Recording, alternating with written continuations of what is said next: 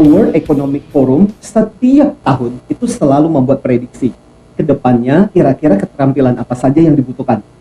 Satu hal yang menjadi catatan penting di World Economic Forum tahun kemarin itu adalah ternyata 50% dari populasi di dunia di tahun 2025 harus belajar ulang.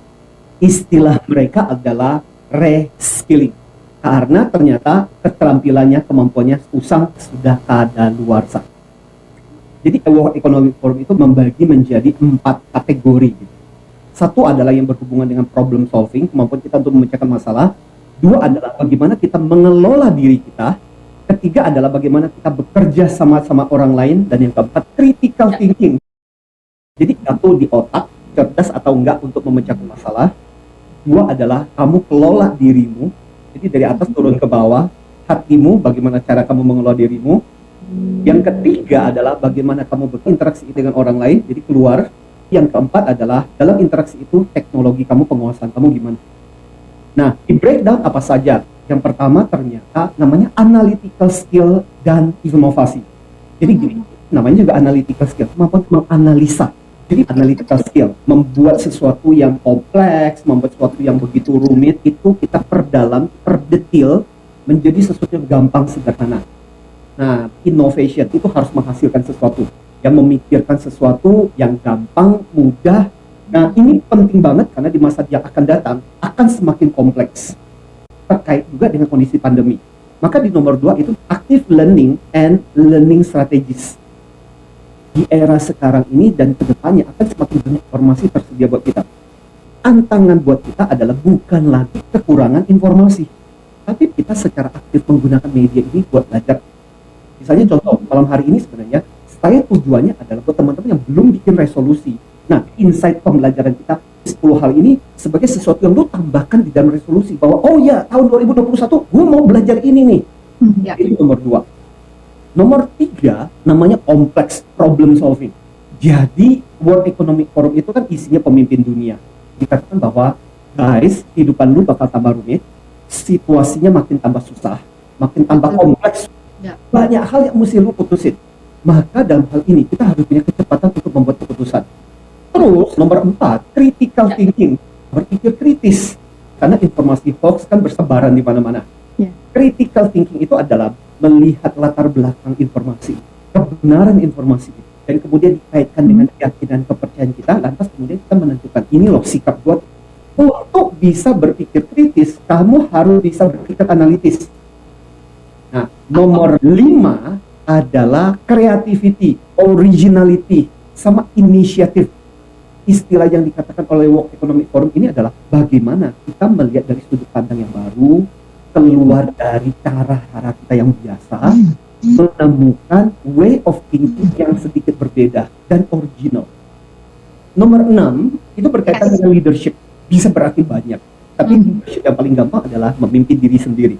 Kata General MacArthur, dia bilang begini, tidak ada yang bisa diharapkan dari orang yang tidak bisa memimpin dirinya sendiri. So the basic of leadership adalah self leadership. Tapi jauh lebih penting menurut World Economic Forum, bagaimana kamu bisa menggerakkan dan bisa memberikan pengaruh. Jadi salah satu resolusi saya adalah lebih banyak menjadi kreator bukan konsumer. Karena ini sesuatu keterampilan, mereka sepakat bahwa ini keterampilan yang sebenarnya bisa dibangun. Memang sih ada beberapa karakteristik yang membuat orang lebih gampang memimpin orang. Jangan jadikan itu sebagai alasan. Karena ujung-ujungnya adalah bagaimana kita bisa memberikan pengaruh. Kan penting banget. Orang bilang influencer. Nah, untuk menjadi influencer itu sebenarnya bukanlah sesuatu yang sulit. Selama kita konsisten dengan message kita percaya dengan apa yang kita mau sampaikan. Nah, nomor 7 keterampilannya itu berhubungan dengan bagaimana caranya kita menggunakan teknologi, memonitor, dan kemudian bagaimana kita mengontrol teknologi itu. Jadi istilahnya adalah technology use, monitor, and control. Ini terkait dengan maraknya orang menjadi addicted dengan teknologi dan kemudian menjadi orang yang diperalat oleh teknologi. Ini penting banget terkait dengan bagaimana penguasaan kita, bagaimana kita melek, jangan sampai kemudian kita juga jadi gaptek. Nomor 8 ada hubungannya dengan kemampuan kita untuk mengatasi stres. Karena selama tahun 2020 kemarin itu kan banyak banget orang yang stres, banyak orang yang bingung, banyak orang yang mengalami burnout banyak orang yang frustrasi gara-gara apa yang terjadi. Jadi World Economic Forum mengatakan be careful, be ready. Kita masih berhubungan dengan banyak hal yang tidak terprediksikan.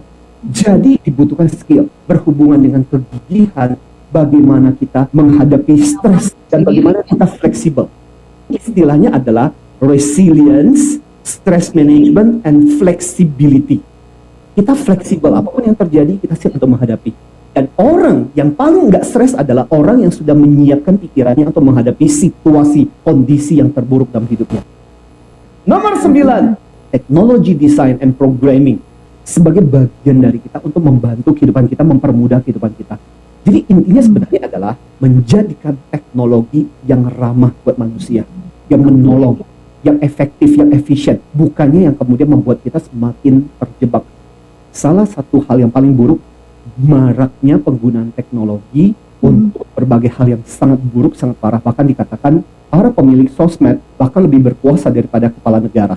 Jadi negara bisa digulingkan hanya dengan sosmed. Makanya kita harus tahu batas-batasnya.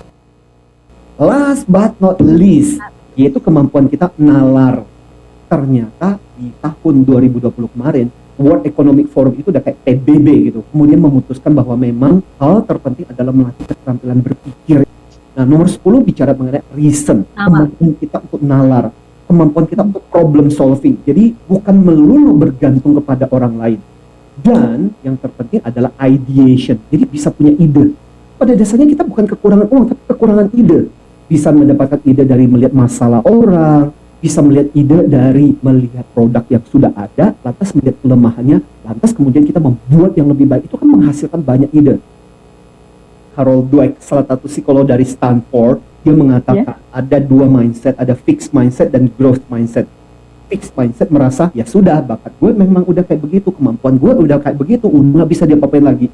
Tapi growth mindset, dia merasa bahwa oke, aku punya keterbatasan, tapi selama aku masih mau belajar, aku bisa meningkatkan keterampilanku, aku bisa menjadi lebih baik. Bahkan kerja keras bisa mengatasi yang namanya bakat.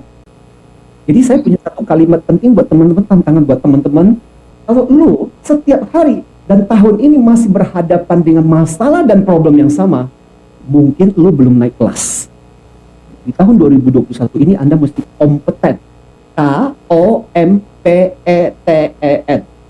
Pertama mulai dengan K itu adalah kumpulkan pengetahuannya. Kemudian O, olah kemampuan kita secara rutin, sedikit demi sedikit. Berikutnya adalah M, mulai dari dasar. Semua yang sukses, semua yang berhasil adalah pemula. Kemudian P, praktekkan kuantitas dulu, nggak usah peduli, latih-latih sebanyak-banyaknya, kualitasnya belakangan aja. Kemudian E, energi kita mesti konsisten dan persisten. Energi kita mesti terus-menerus. Kemudian T, tanya mentor, tanya orang yang lebih tahu kalau memang Anda nggak tahu.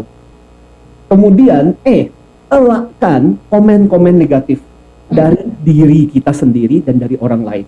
Namanya juga belajar. Jangan terlalu jahatlah kepada diri kita sendiri. Dan terakhir, nilailah diri kita dari kemajuan kita, bukan dari keberhasilan kita. Kemajuan demi kemajuan akan membawa kita kepada keberhasilan.